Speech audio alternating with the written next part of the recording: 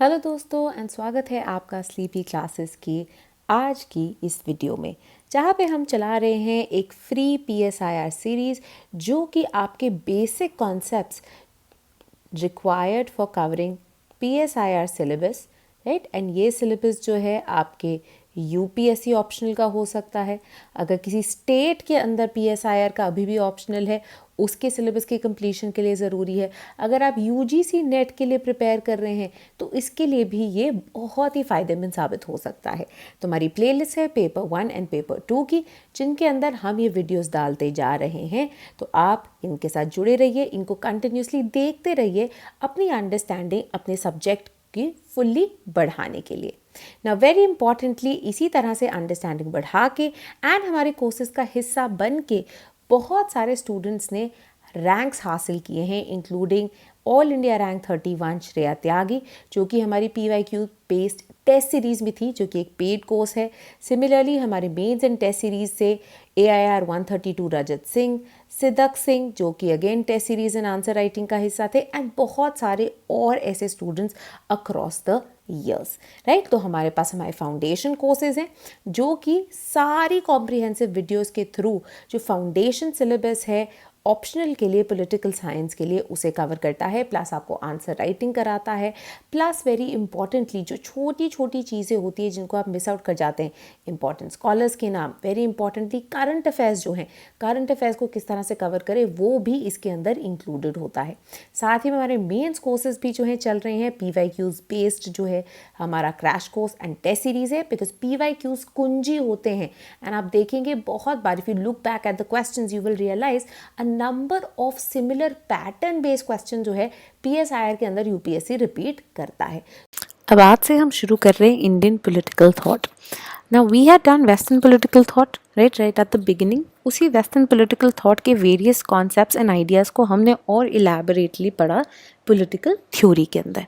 और आपने एक चीज़ जो पॉलिटिकल थ्योरी के अंदर वेरी इंपॉर्टेंटली नोटिस की होगी कि most concepts, most ideas that we dealt with had western thinkers attached to it।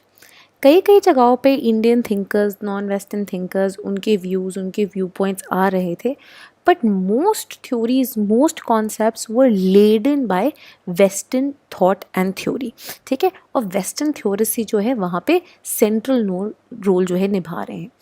Now this is regarded कि वेस्टर्न पॉलिटिकल थॉट जो है एंड वेस्टर्न थिंकर्स जो हैं, उनके आइडियाज़ जो हैं, उन्होंने डोमिनेट करके रखा हुआ है the entire subject matter of political science, of political theory, and not enough attention has been paid to non western sources of politics, ठीक है। अब ऐसी बात तो है नहीं कि सिर्फ वेस्टर्न सोसाइटीज़ के अंदर पॉलिटिक्स के ऊपर चर्चा हो रही थी, पॉलिटिकल थ्योरी के ऊपर चर्चा हो रही थी, एंड बाकी सोसाइटीज़ एकदम बंद पड़ी थी, right. That wasn't the case.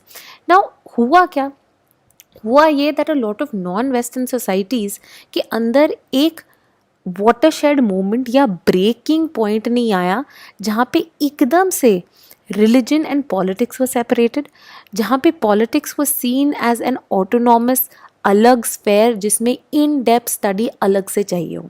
हमने देखा है ना, जब हम वेस्टर्न पॉलिटिकल थॉट ही कर रहे थे फॉर द लॉन्गेस्ट टाइम, हमने मैकियावेली की जब बात की, हमने कहा मैकियावेली एक वाटरशेड मोमेंट जो है उस पे आए हैं, जब मिडीवल थॉट का जो एरा था, when you had people like Augustine, like Aquinas, वहाँ उनकी जो पॉलिटिकल थॉट थी which was intrinsically linked to religion, spirituality, ethics, वहाँ पे एक ब्रेकिंग पॉइंट आता है मैकियावेली से, जो कि एथिक्स या रिलीजन से कंप्लीटली हटा देना चाहता है पॉलिटिक्स को, ठीक है। रेनेसां, आप लोगों ने हिस्ट्री के कॉन्टेक्स्ट में NCERTs में रेनेसां का टर्म जो है पढ़ा होगा, जो कि पूरे के पूरे यूरोप के अंदर इटली से शुरू हुआ था, ये जो रेनेसां का आइडिया था। एंड रेनेसां का क्या मतलब होता है, रेनेसां मीन्स रीबर्थ, ठीक है। इसका मतलब क्या होता है, रीबर्थ। तो क्या हुआ था, उन्होंने ये विटनेस किया कि 14th to 16th सेंचुरी के अंदर उन्होंने एक बहुत इंपॉर्टेंट चीज़ जो है विटनेस की कि यूरोप के अंदर मिडिल एजेस के अंदर रिलीजन इतना ज़्यादा डोमिनेट करने लग गया था स्टेट एंड सोसाइटी को कि प्रोग्रेस पूरी तरह से रुक गई थी. So the kind of development, the kind of golden age जो ग्रीक एज के अंदर यूरोप में देखी थी, the kind of scientific development, the kind of development in literature, in art, in architecture, that had completely deteriorated during the medieval era. तो ये middle ages, जिनको often dark ages भी बुलाया जाता है, उससे एक छुटकारा जो एक बहुत ज़्यादा डिमांड कर रही थी सोसाइटी, उसकी ये डिमांड जो है became extremely heightened during the 14th and 16th century, जब उन्होंने बोला कि ये ग्रीक क्लासिकल पीरियड के जितने भी इन्फ्लुएंसेस थे, we want to get them back. ठीक है, और यही रीअवेकनिंग, यही रिवाइवल के टाइम पे जो है आपकी पॉलिटिक्स के स्फेयर में भी जो है डिफरेंसेस आए, आपकी पॉलिटिकल राइटिंग के अंदर भी जो है डिफरेंसेस आए.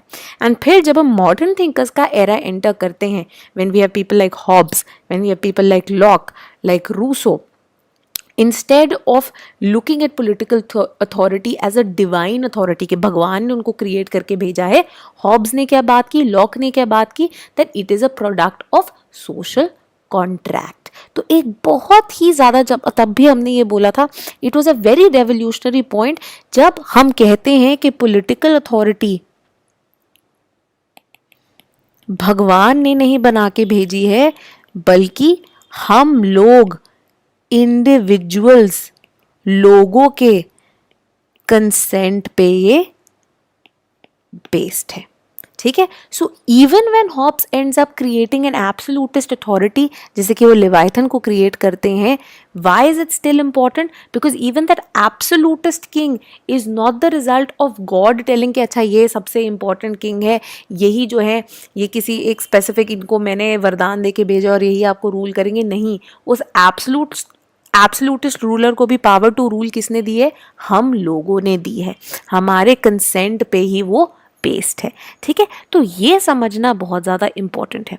और इंडियन पॉलिटिकल थॉट जो है, right, like much other non-Western political thought, one of the main things lacking in here is the Renaissance and then following Enlightenment का जो पीरियड था, जिसके साथ आपकी साइंटिफिक रेवोल्यूशन आई, right, which led to the importance of rationality, logic, positivism, politics as a science. ठीक है, politics को एक neutral secular point of view से देखना.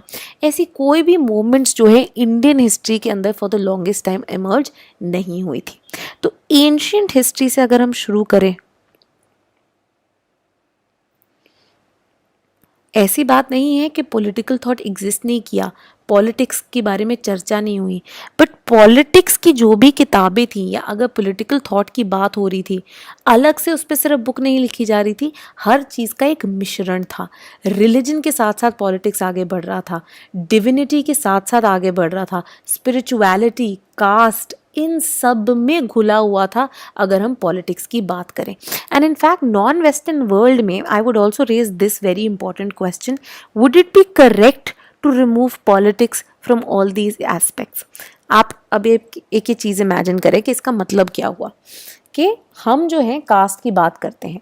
ठीक है, caste has become a major issue, right, major issue in terms of कि अभी भी देश के अंदर कास्ट एंड कास्ट डिस्क्रिमिनेशन कितनी ज़्यादा रैम्पेंट है, right. We have rapes happening based on caste issues and it is very important to link those issues to the idea of caste. ठीक है, it's not just about womanhood but it is also about an interplay of caste and power, that how women rapes become a way of asserting caste dominance over the lower castes. ठीक है, ये बहुत एक important चीज़ है जिसको समझना बहुत important हो गया. अब ट्रेडिशनली हम क्या बोलते हैं, caste is related to religion.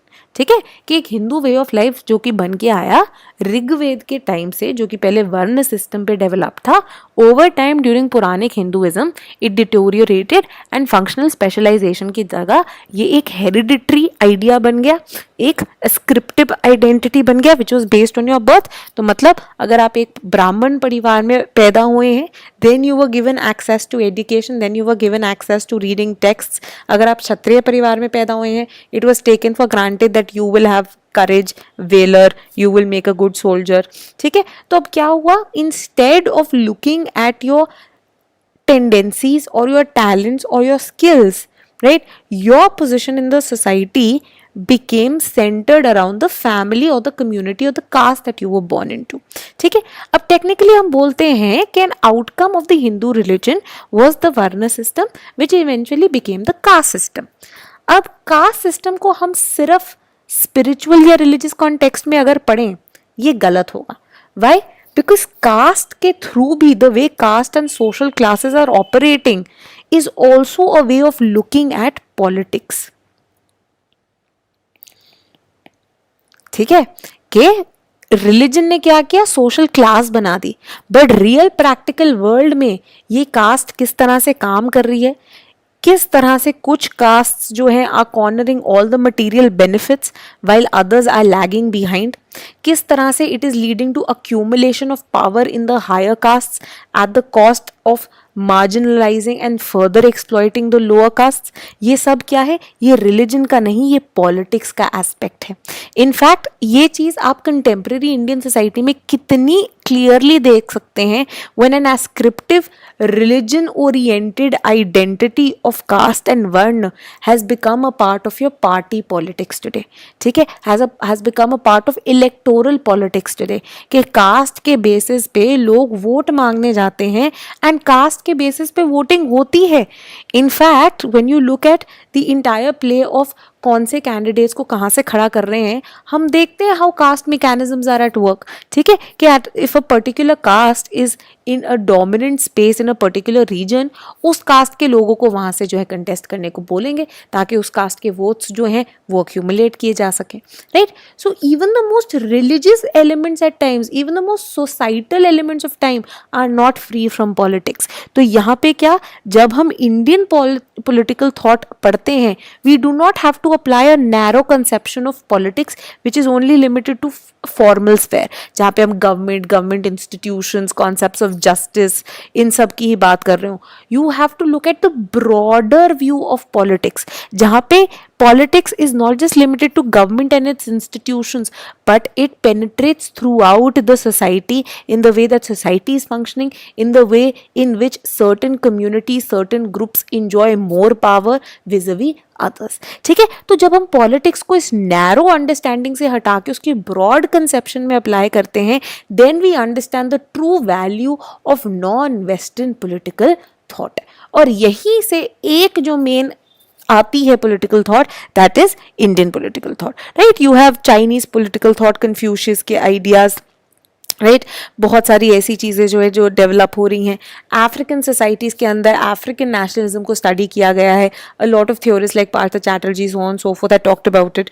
साथ ही में इंडियन पॉलिटिकल थॉट जो है, इसके अंदर बहुत सारा इंटरेस्ट जो है जनरेट होने लग गया है because of the fact that Indian political thought, Indian philosophy, even when talking about spirituality, religion, God, has never entirely been free of politics. In fact, religion and politics always went hand in hand, which is also a true statement about the scenario today in the country. ठीक है, कि इनको separate करना is next to impossible. तो अब हम देखते हैं कि आखिरकार इंडियन पॉलिटिकल थॉट और इसकी सिग्निफिकेंस क्या है. अब हमने जैसे कि पहले ही बात की कि मोस्टली जब हम पॉलिटिकल थ्योरी पढ़ते हैं, when you look at university courses, when you look at all these big enterprises या PhDs written by people, you notice a clear western bias. ठीक है, कि western thinkers जो हैं काफ़ी ज़्यादा dominate करते हैं. इनफैक्ट हमने खुद ही देख लिया है किस तरह से Greek thinkers जो हैं, प्लेटो, एरिस्टोटल, कितने ज़्यादा prominent है as far as political science is concerned. Right, we've called them father of, Plato is the father of political philosophy, Aristotle is regarded as the father of political science. Right, प्लेटो के बारे में हमने बात की थी जब हमने प्लेटो शुरू किया था, that political science is either with Plato or against Plato, but it can't be rendered without Plato. ठीक है, कि प्लेटो की existence इतनी ज़्यादा prominent है in the entire subject. Can we say the same about Indian political thought or Indian philosophy? For the largest part, people say नहीं, आप ये नहीं कह सकते। इनफैक्ट एक बहुत प्रोमिनेंट आर्टिकल जो है, एक ऐसे लिखा था भिक्खू पारेख ने, ठीक है, जहाँ पे उन्होंने बोला था, तो he had actually talked about the poverty of Indian thought, ठीक है। उनका ये मानना था कि अनलाइक, अगर आप देख लीजिए वेस्ट के अंदर हमने कितने प्रोमिनेंट थिंकर्स जो हैं पढ़े हैं, उनके बारे में जाना है, राइट। भिक्खू पारेख का ये मानना था कि इंडिया में कभी ऐसे थिंकर्स जो है नहीं बन के आए, ठीक है। They were always lacking as far as India was concerned, ठीक है। और ये जो है एक उनका मेन एक तरह से आप लगा लीजिए ग्रीवेंस रहा था कि India has never had his own Hobbes, ठीक है। There is never been someone with of the stature of Hobbes जो कि इंडिया के अंदर पैदा हुए हों, इंडियन थॉट में जो है उन्होंने ये सब लिखा हो, राइट। उस तरह का कभी नहीं हुआ है। हाउएवर भिक्खू पारेख का भी काफ़ी ज़्यादा जो है क्रिटिसिज्म हुआ है, उनको बोला गया है कि आपने नहीं समझा है the enterprise of Indian philosophy को, बट कहीं ना कहीं आपको लगता है हाँ जी ये बात सही है कि कहाँ है इंडिया के प्लेटो या कहाँ है इंडिया के हॉब्स, स्पेशली कंटेम्प्रेरी एरा में when we look at theorists, like जब हमने वेस्ट में पॉलिटिकल थ्योरी पढ़ी थी, we've come across big names like John Rawls, ठीक है, डॉकिंस, जिनकी इतनी ज़्यादा बहुत ही ज़्यादा जो है crucial era changing political theories उन्होंने आगे रखी। You have had people like Amartya Sen as well, ठीक है, जिनकी capability, approach, so on so forth काफ़ी मान्यता उनको मिली है, but never of the scale जितनी वेस्टर्न थिंकर्स को मिली है, right. Obviously they can also be a western bias, but according to Bhikhu Parekh it is also due to the lackings in Indian political theory itself, right. अब now because of this kind of ethnocentric view जहाँ पे western thought, western civilization, western theory was accorded a very high status, Indian political thought को largely ignore कर दिया गया था।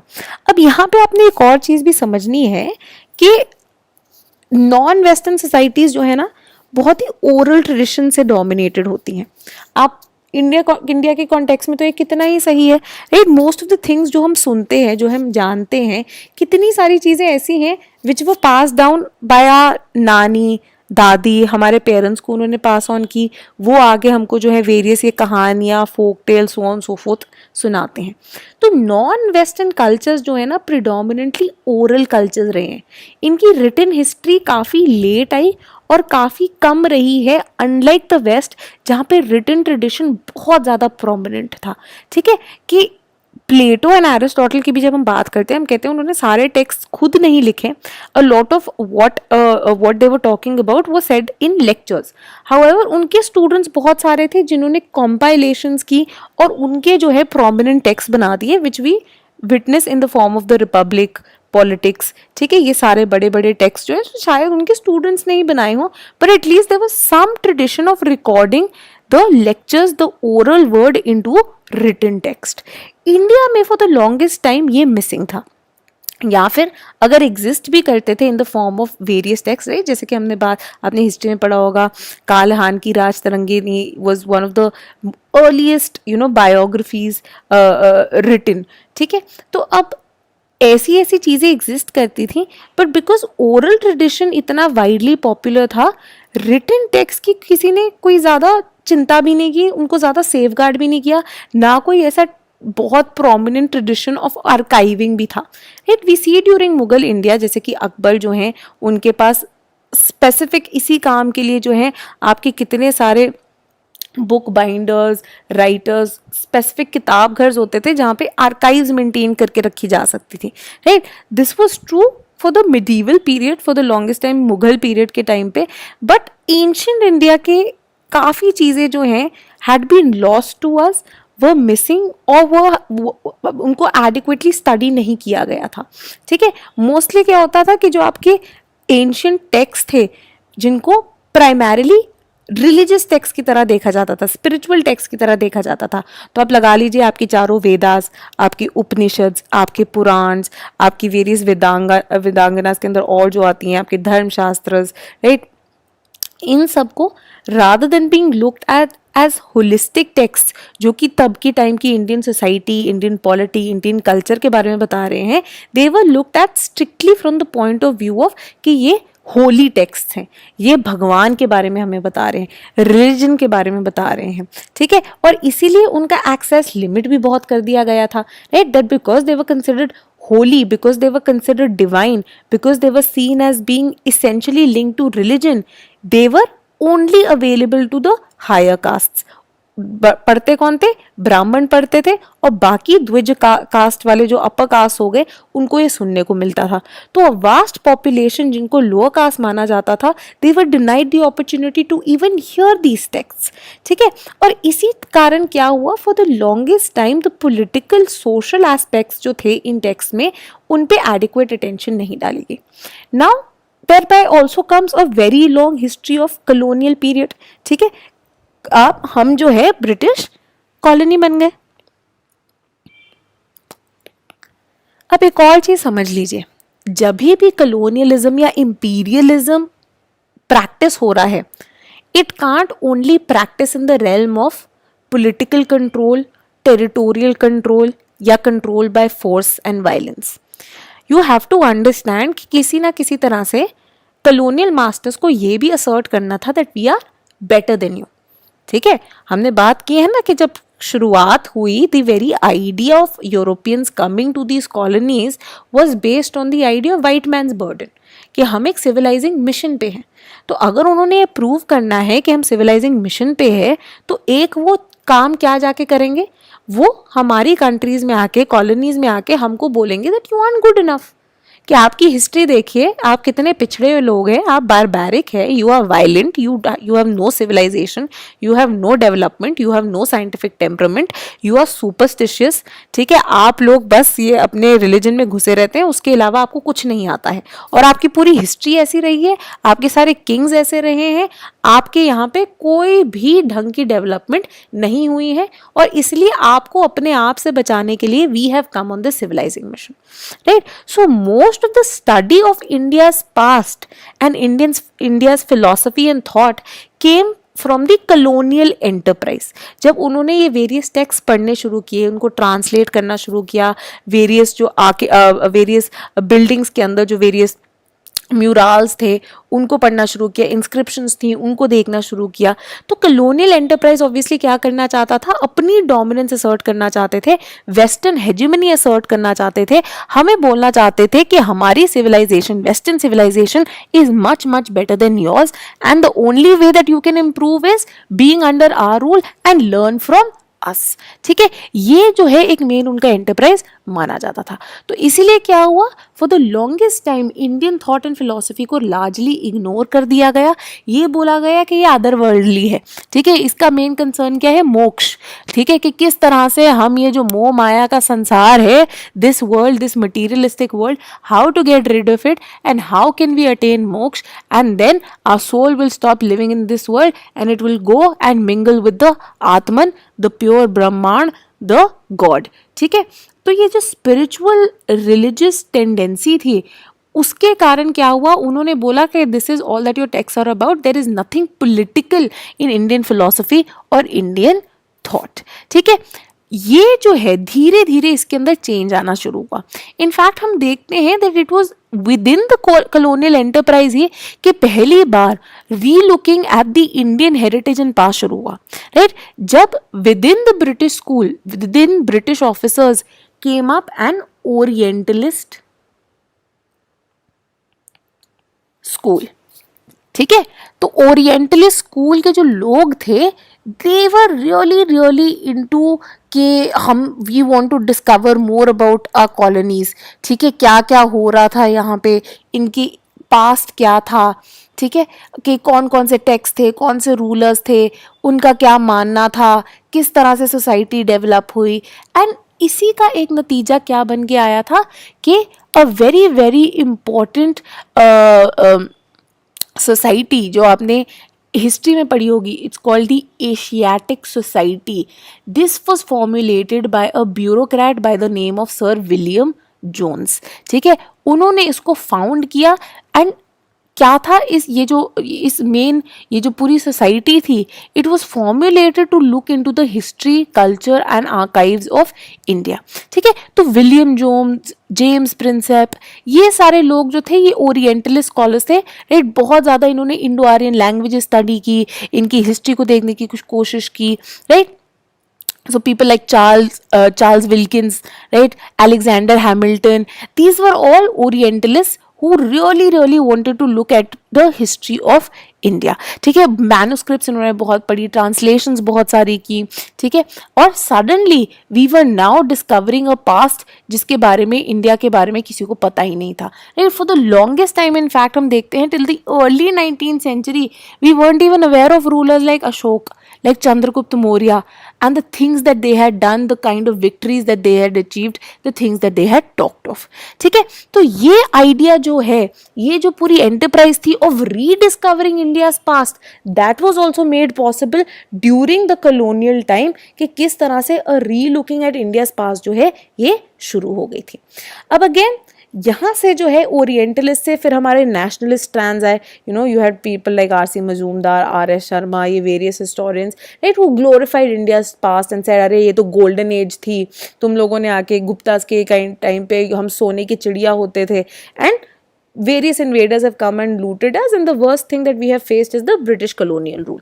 उसके बाद जो है obviously various all schools of thought जो है आए.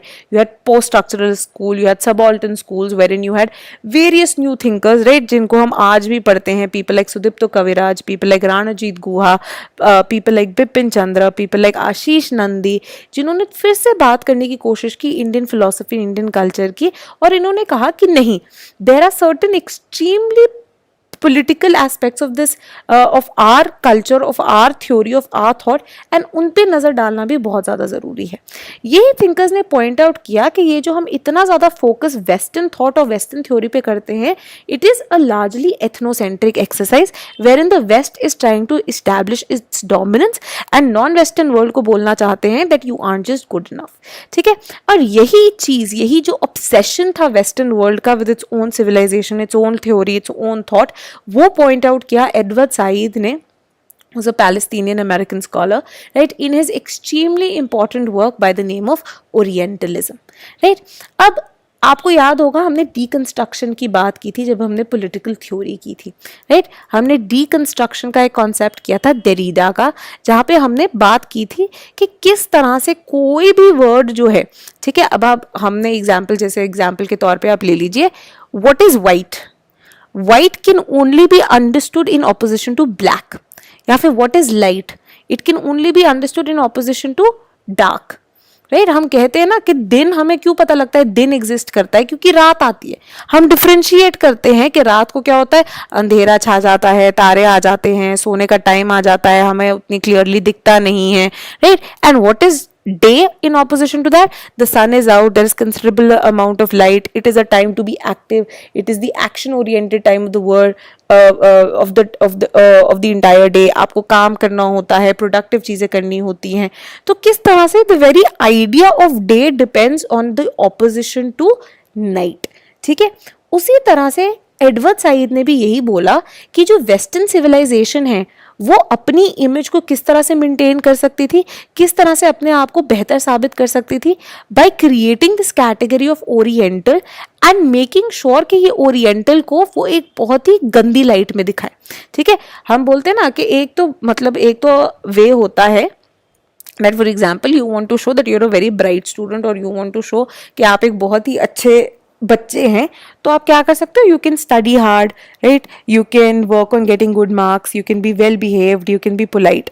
और what is the other way? The other way is to prove to others कि बाकी लोग जो है वो आपसे भी ज्यादा बहुत बुरे हैं, pull them down.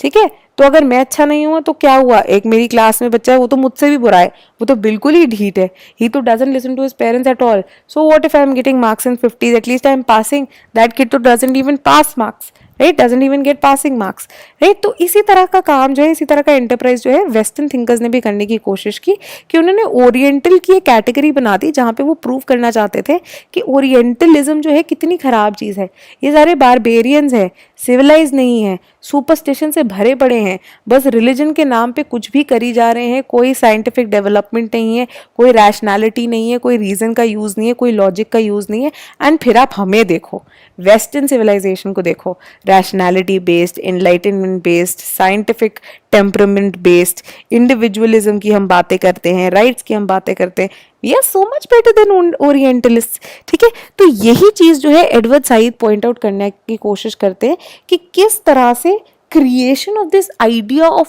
Orient and putting it down and considering it something which is horrible or barbaric or superstition laden was a way of upholding and further boosting Europe की सेल्फ इमेज, कि हमें देखो हम इनसे कितने ज़्यादा better हैं, right. तो ओरिएंट की उन्होंने क्या कंस्ट्रक्शन कर दी, ओरिएंट की भी एडवर्ड साइद बोलते हैं बहुत ही एक पिक्यूलियर मिक्स्ड कंस्ट्रक्शन थी, right. On one hand they were backward, these were backward people, uncivilized people, superstitious people, barbaric violence, लड़ाइयाँ, राइट, अजीब अजीब यहाँ पे गॉड्स ही जो हैं उनके देखो कितने डेमोनिक लुकिंग है, कितने स्कैरी हैं, तो लोग सोचो कैसे होंगे, राइट। इनमें रीज़न अवेलेबल नहीं है, रैशनैलिटी अवेलेबल नहीं है। And on the other hand ये भी क्या माना जाता था, अरे वाह कितनी एग्जॉटिक चीज़ें यहाँ पे मिलती हैं, the best of spices, the best of muslins, right, craziest of animals, such beautiful animals like peacocks and so on and so forth. ठीक है, suddenly they were like वाह क्या चीज़ है, and it was considered very pristine, very innocent, कि देखिए European society में तो कितनी करप्शन आ गई है, कितना नेपोटिज्म आ गया है, गलत रास्ते पे जा रहे हैं ये लोग जो है बेचारे, अभी भी you know like those innocent savages जो हैं वैसे से हैं। ठीक है, इनको पता ही नहीं है दुनिया में, दुनिया के बारे में, ग्रीड के बारे में, किस तरह से संसार चलता है। So these people are like innocent savages, right. तो ये क्या हुआ, ये एक बहुत ही पेक्यूलियर मिक्स बना दिया जहाँ पे वो एग्जॉटिक भी थे। So people the western civilisation wanted to come, wanted to reap rich profits out of trading from them, but at the same time they also wanted to put them down and tell them that you are lesser than us। ठीक है, और यही काम, यही चीज़ जो है Edward Said अपने काम के अंदर पॉइंट आउट करते हैं।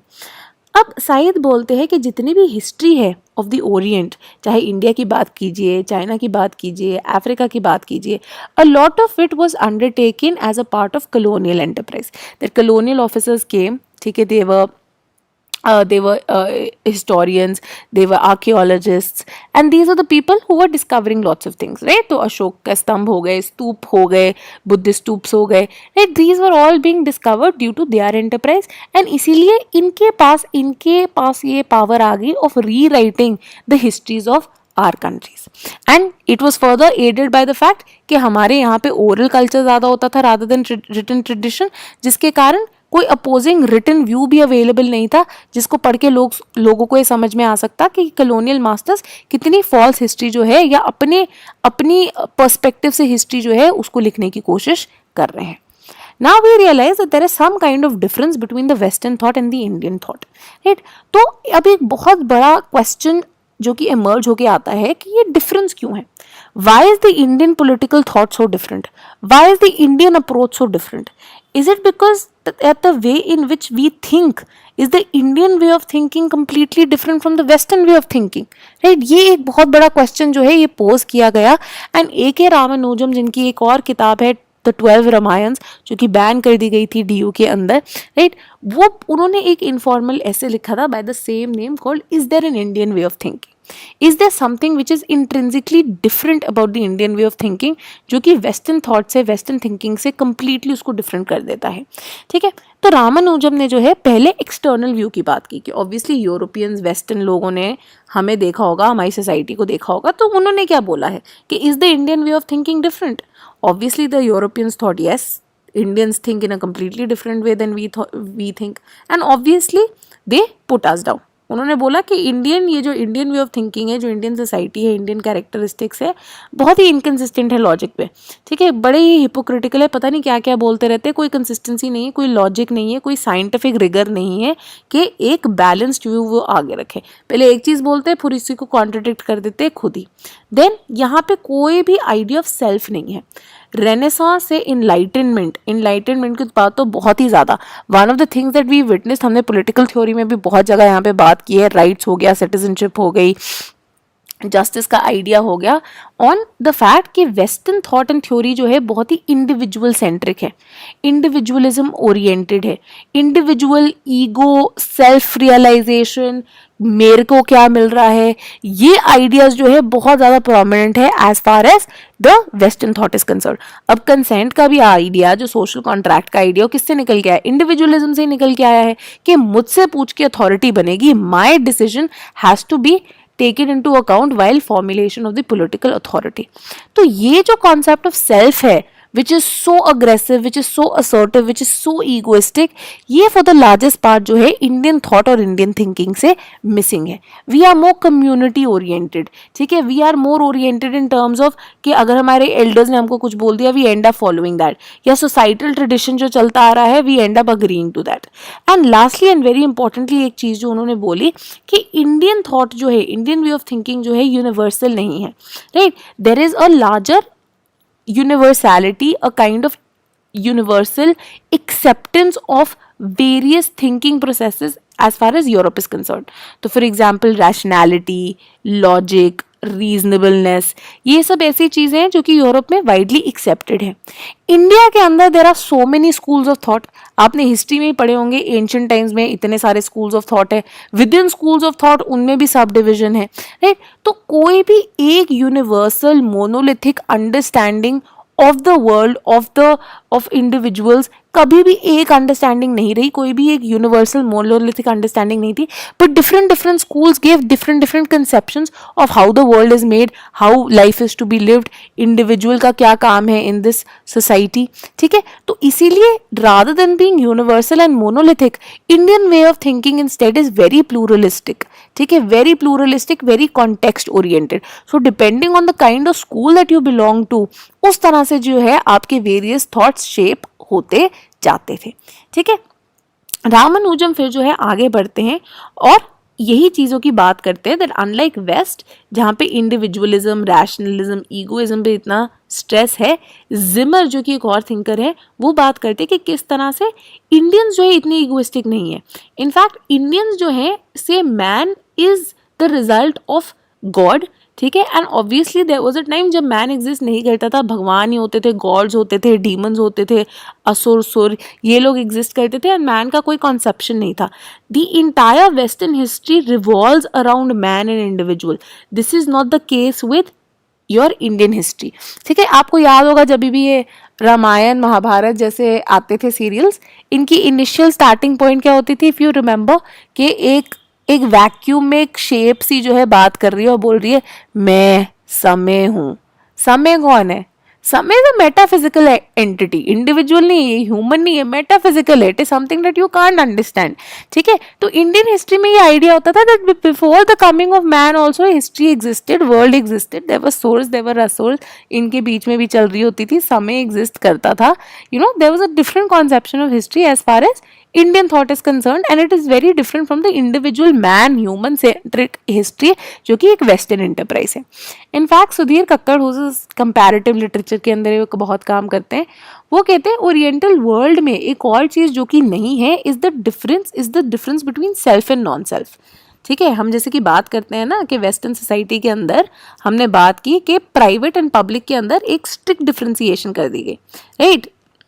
जीएस मिल्क में भी हमने बात की है self regarding and other regarding, कि मैं, मेरी इंडिविजुअलिज्म, मेरी सेल्फ को कौन डिफाइन करेगा? मैं खुद डिफाइन करूंगा, मुझे क्या पसंद है, मुझे क्या ना पसंद है, मेरी ओपिनियंस क्या है, मेरे कौन से ओपिनियंस के साथ मैं अग्री नहीं करता। So there is this very concrete idea of selfhood which is different from that of community. So in the West, people want to protect their private space, their private rights, their idea of being able to decide for themselves away from the community and community's interference. On the other hand, Asian societies, non-Western societies, including India के अंदर ये self and non-self का जो difference है वो बहुत ही ज़्यादा या तो कम है या फिर इंटायरली मिसिंग है। अब हमारा लार्जर एंटरप्राइज क्या है? मोक्ष की हम क्या बात करते हैं? देयर इज भगवान क्या है? एक सुप्रीम आत्मन है, और हम सब के अंदर क्या है? हम सब के अंदर भी सोल एग्जिस्ट करती है, आत्मा एग्जिस्ट करती है।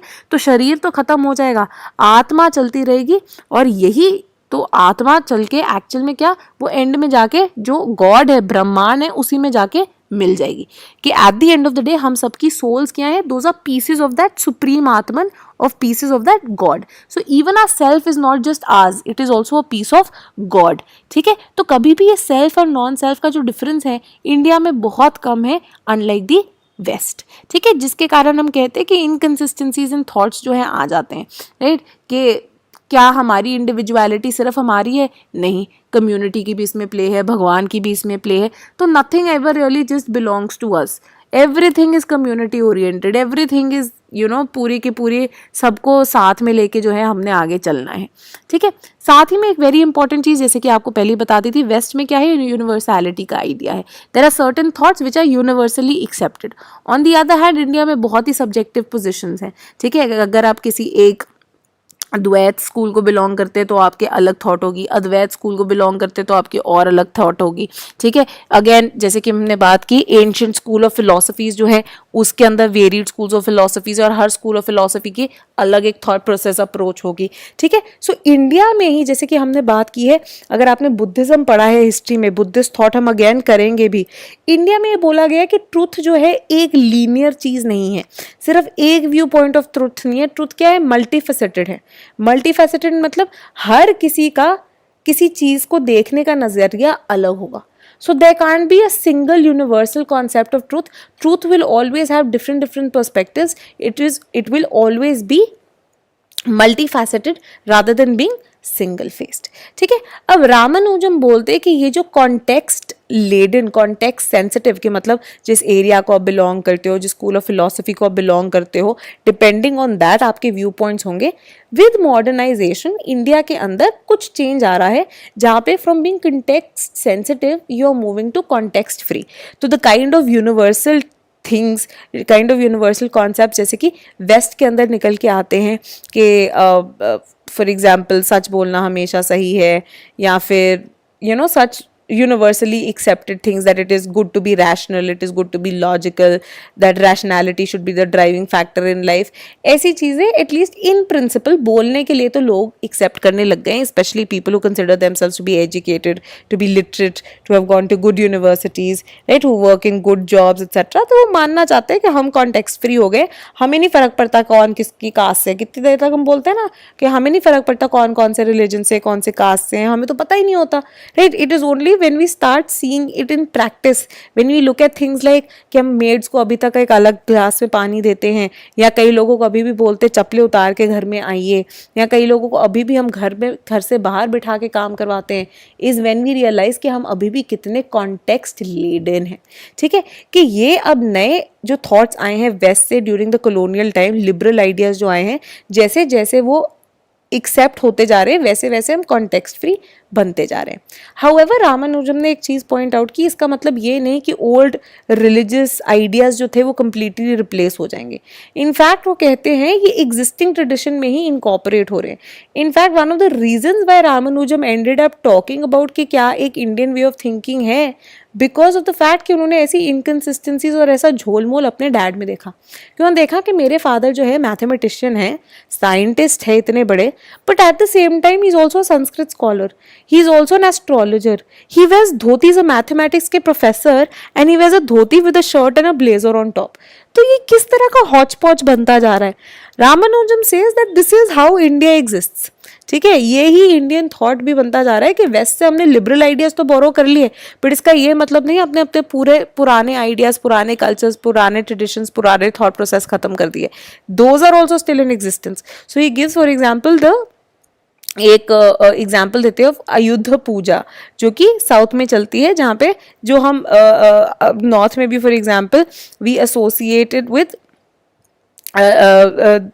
द डे वेरिन जब हम सारे अपने टूल्स एक्सेट्रा की पूजा करते हैं, विश्वकर्मा. ठीक है, विश्वकर्मा वाले दिन तो हम बोलते हैं अपने टूल्स, हर किसी के फॉर एग्जांपल कारपेंटर के जो टूल्स है वो उनकी पूजा करेंगे. अगर आप टीचर है तो आपके ब्लैक बोर्ड, पेन एक्सेट्रा वो आपके टूल्स हैं. अगर आप कोई इंजीनियर है तो कंप्यूटर एक्सेट्रा आपके टूल्स हैं. ठीक है, तो पहले क्या होता था, पहले हम बहुत बोलते थे कि इन ऐसे दिनों में एंशिएंट क्लासेस जो होती थी कि अगर जो लड़ने जाते हैं वो अपने तलवारों की पूजा करते थे. ठीक है, कोई जो तीर कमान एक्सेट्रा बनाते हैं वो अपने टूल्स छोड़ के उनकी पूजा करते थे. अब क्या हो गया है, अब मॉडर्न सोसाइटी में हम तीर कमानों की तलवारों की पूजा नहीं करते, कंप्यूटर्स एंड टाइपराइटर्स की पूजा कर रहे हैं, बट पूजा अभी भी कर रहे हैं, ठीक है. The form might have changed but the context is still remaining. तो इनफैक्ट रामानुजम का ये मानना है that all what has happened is context has changed, in the sense कि हम कॉन्टेक्स्ट फ्री नहीं हुए हैं. अब हम यूनिवर्सल स्टेटमेंट्स नहीं बनाते हैं कि कंप्लीटली रैशनल या लॉजिकल नहीं हो गए हैं, बट क्या हुआ है, अब एक मॉडर्न कॉन्टेक्स्ट आ गया है. इंस्टेड ऑफ द एंशिएंट और medieval context, now we have a modern context कि instead of being impacted by things like तलवारें हमारे लिए इंपॉर्टेंट है, अब हम कंप्यूटर की पूजा करने लग गए हैं, ठीक है. So old traditional ideas are still very much a part of the Indian way of thinking. वो replace नहीं हो गई हैं, वो ख़त्म नहीं हो गई हैं. एंड 19th सेंचुरी के अंदर, जैसे कि मैंने आपको बताया था, ये चीज़ें और भी ज़्यादा कॉम्प्लिकेटेड हो गई because suddenly the nationalist movement was beginning. Nation क्या है, इंडिया क्या नेशन था तब? ऑफ कोर्स नॉट, ठीक है. देयर वर वेरियस छोटे छोटे एम्पायर्स, देयर वर वेरियस छोटे छोटे प्रिंसिपैलिटीज जो कि एक दूसरे से भी लड़ते रहते थे. मराठास लड़ते थे मुगल्स के साथ, सिख एम्पायर लड़ता था मुगल्स के साथ, सदर्न एम्पायर्स में आपस में खिटपिट चलती रहती थी. So the idea of India is a much later enterprise. In fact, people like Sudipto Kaviraj say that India wasn't discovered, India was invented, right? That people talked about that this landmass has a collective civilization, collective way of thinking, collective thought process, therefore India is one. Kabhi historically India as a together landmass under just one ruler, ठीक है, with uniform law कभी exist ही नहीं किया था till the time that Britishers came in and consolidated this entire landmass, right? तो अब इसके कारण एक चीज तो अब क्या हो गई, पहली चीज तो कॉलोनियल मास्टर्स आपको बार बार बोली जा रहे हैं that you aren't good enough. अब अपने आपने अपनी नेशनलिज्म भी प्रोक्लेम करनी है, तो अब आप क्या करेंगे, you will now try to work on and tell them that no, we also have a glorious past, we also have a glorious history and India was and used to be one and you people have come and conquered us and we need to throw you out. So suddenly now Indian history making against the colonial insight के आप हमसे कम है, ये पूरा एक process जो है शुरू होता है, ठीक है. एंड आगे चलते चलते ये और भी कॉम्प्लिकेट होता रहता है. That now suddenly all these nationalists, including Bankim Chandra Chatterjee, etc., right? Suddenly they want to write India's history. They want to show that no, India is not any less than the Western civilization. ठीक है. Now this leads us to talking about कि क्या क्या main features है of the Indian political thought. पहली चीज तो obviously very importantly जो कि हम पहले भी डिस्कस कर चुके हैं कि वेस्टर्न थॉट जो है इज वेरी इंडिविजुअल ओरिएंटेड, ठीक है. इंडिविजुअल स्पेशली वंस जब मॉडर्न वेस्टर्न थॉट शुरू हुआ with the coming in of people like Hobbes, Locke etcetera, क्या हुआ, individual came the centre fold. के हॉब्स की एक स्टार्टिंग पॉइंट क्या थी, all humans are equal, right? They all are equal, therefore they have equal moral worth, they enjoy equal rights and therefore they all should be an equal party to the making of the contract. यही चीज़ जो है और ज़्यादा develop हो गई with the coming in of lock, जिन्होंने क्या बोला कि स्टेट का काम ही क्या है, इंडिविजुअल के राइट्स को प्रोटेक्ट करके रखना. सो बहुत ही ज़्यादा फोकस जो है इंडिविजुअल के ऊपर आ गया था. अनलाइक दैट बहुत सारे thinkers including professor VR. Mehta ने ये बात की है कि एक जो आइडिया था सोल का, स्पिरिचुअलिटी का, this can never be an individual enterprise, ठीक है. अगर हम मोक्ष की बात कर रहे हैं, हमने अपनी सोसाइटी को इकट्ठा लेके चलना है. जब हम बुद्धिस्ट ट्रेडिशन में भी देखेंगे, बुद्ध ने क्या बोला था, अब इंडिविजुअलिस्टिक अगर आप हो तो आप क्या बोलोगे, भाई आप मेरी एनलाइटनमेंट हो जाए, मेरे को तो मोक्ष मिले, मैं आगे चलूँ. On the other hand we say कि in the Buddhist tradition, right, not just Buddha but very important Bodhisattvas का कितना इंपॉर्टेंट रोल है कि उनमें फुल कैपेसिटी है that they can reach nirvana, but वो निर्वाण को अटेन नहीं करते. Why? Because they want to teach others कि आप किस तरह से इनलाइटनमेंट पा सकते हैं. तो उनका स्टेचर और भी कितना बड़ा जो है माना जाता है. तो हमेशा कम्युनिटी ओरिएंटेड रहा है जो हिंदू, जो इंडियन वे ऑफ लाइफ है, ठीक है. सो नॉट जस्ट हिंदू कि हम पूरी सोसाइटी पे डिपेंडेंट है, इवन जैसे कि आपको बुद्धिस्ट ट्रेडिशन के बारे में बताया, जैन ट्रेडिशन ऐसा है. So more the Indian way of thinking is always more community oriented rather than individual oriented. Next very importantly कभी रहा भी नहीं है कि there is no difference, there is no watertight compartmentalization of various spheres, that politics is an autonomous sphere, it is different from religion, it is different from philosophy, it is different from spirituality, right? ऐसा कभी भी एक water tight compartmentalisation India में exist नहीं किया है. धर्म जिसको हम कंडक्ट बोलते हैं, राइचियस वे ऑफ लाइफ बोलते हैं, goes hand in hand with niti which is your administration along with justice. कि what is just is also dependent on the righteous path, right? Similarly, religion and politics हमेशा इकट्ठे चले. In fact, even in the modern context, अगर हम गांधी की बात करें, गांधी कहते थे कि अगर आप religion and politics को separate करना चाहते हैं तो आप religion का असली मतलब ही नहीं समझते. That means you have the wrong definition of religion. ठीक है. And coming from the opposite end, Gandhi was a Hindu. Maulana Azad who belonged to the Islamic tradition, उन्होंने खुद बोला कि कुछ नहीं बचेगा पॉलिटिक्स में अगर हम इसको रिलीजन से हटा दें. Why? Because religion was considered space of ethics. It was considered a space जहाँ पे हमें एथिक्स सिखाए जाते हैं, मॉरल्स नॉर्म्स जो हैं वो बताए जाते हैं. और अगर हमने पॉलिटिक्स से रिलीजन को सेपरेट कर दिया तो पॉलिटिक्स का स्फेयर जो है इमोरल हो जाएगा, unethical हो जाएगा, which will only lead to the downfall of the entire humanity. Then a very important thing that has been pointed out is कि जहाँ पे वेस्टर्न थॉट जो है इगैलिटेरियन था, इंडियन थॉट जो है स्पेशली एंशिएंट इंडियन थॉट जो कि रिफ्लेक्ट होता है वेरियस धर्मशास्त्र में, जिसमें से सबसे इंपॉर्टेंट मनुस्मृति है, वेदास हो गई, बाकी हिंदू टेक्स्ट हो गए, वहाँ पे हायरार्कीज के ऊपर जो है बहुत ज़्यादा कॉन्सेंट्रेशन है. इनफैक्ट भिक्खू पारेख ने ये चीज़ पॉइंट आउट की कि इंडियन थॉट जो है बहुत ही इनएगैलिटेरियन है. In fact things like caste system entrenched इतने ज़्यादा हैं कि उनको प्रूव करते हैं, उनको लेजिटिमाइज करने की कोशिश की गई है इंडियन पॉलिटिकल थॉट में.